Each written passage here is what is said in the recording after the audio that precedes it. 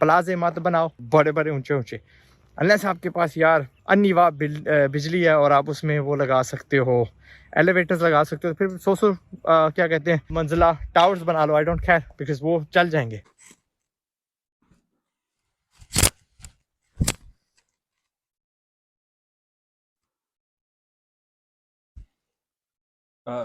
ठीक है, प्लाजा नहीं बनाते क्योंकि बकौल आपके हमें एलिवेटर्स लगानी पड़ेंगी और बिजली हमारी काफ़ी ज़्यादा जो है वो चलेगी, इस्तेमाल होगी। कोई मसला नहीं है, प्लाजा नहीं बनाते हम। देख लेते हैं आप क्या रिकमेंड करते हैं। इसकी जगह मैं आपको आज गारंटी देता हूँ, ऑलमोस्ट 100 क्या यार 1000 फैक्ट्री लग सकती थी।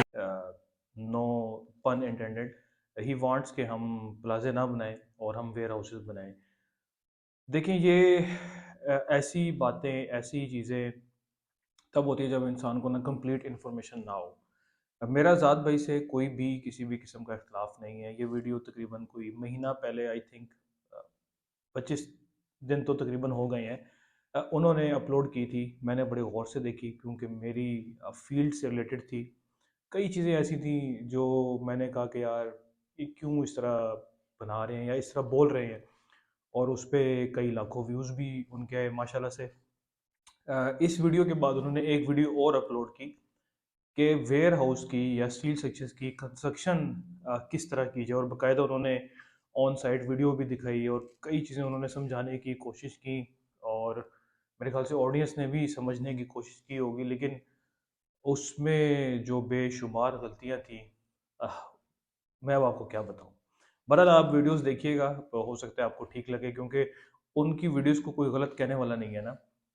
कई उनके ऐसे व्यूज़ हैं जो मुझे गलत लगते हैं, लेकिन मैं कहता नहीं हूँ क्योंकि वो मेरी फील्ड नहीं है। ना ही मुझे उनके जो एजुकेशन के मतलब व्यूज़ हैं, यूनिवर्सिटी के मतलब व्यूज़ हैं, लड़कियों के मतलब व्यूज़ हैं कि उनको पढ़ने ना भेजें।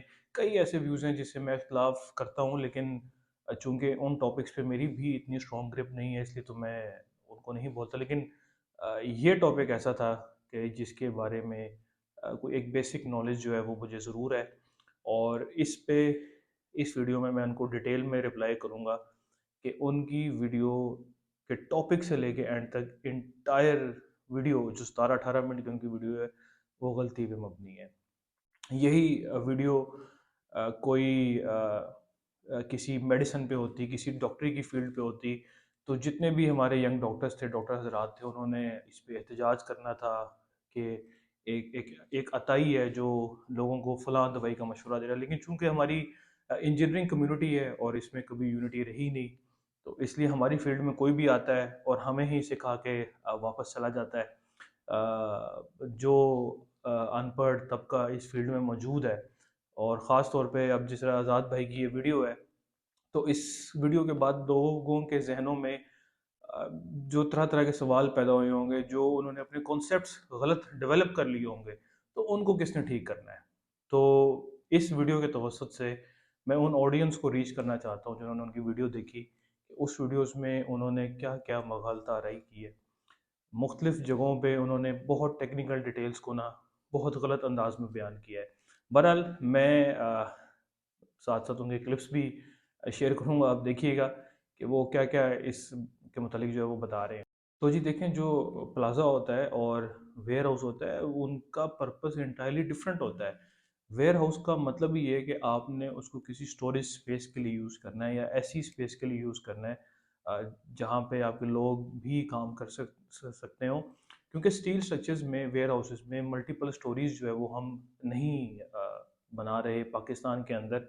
बाहर की दुनिया में मल्टीपल स्टोरीज बन रही हैं स्टील स्ट्रक्चर्स की, लेकिन पाकिस्तान में अभी सिंगल स्टोरी बन रही है। और स्टील स्ट्रक्चर्स या वेयर हाउस या जिसको प्री इंजीनियर बिल्डिंग कहते हैं, इसका इंटायरली मकसद होता है स्टोरेज की स्पेसिस के लिए, स्टोरेज स्पेसिस के लिए, गोदाम के लिए, दाल गोदाम, चावल गोदामों के लिए, टेक्सटाइल के गोदामों के लिए, किसी भी किस्म का आपने इंडस्ट्रियल यूनिट लगाना है तो आप उसके लिए इसको यूज़ कर सकते हैं। जबकि प्लाजे का जो मकसद है वो इंटायरली डिफरेंट है। अब मुझे आप ये इस बात का जवाब दें, बिल्कुल सादा बात का जवाब मैं आप लोगों से कहूँगा कि एक बंदे के पास 5 मरले की ज़मीन है, तो वो वेयर हाउस बनाए कि कमर्शियल प्लाजा बनाए। जब आपके पास ज़मीन का कॉन्स्टेंट आ जाता है, जब आपके पास ज़मीन ही 5 मरला, 10 मरला, 4 मरला, 8 मरला,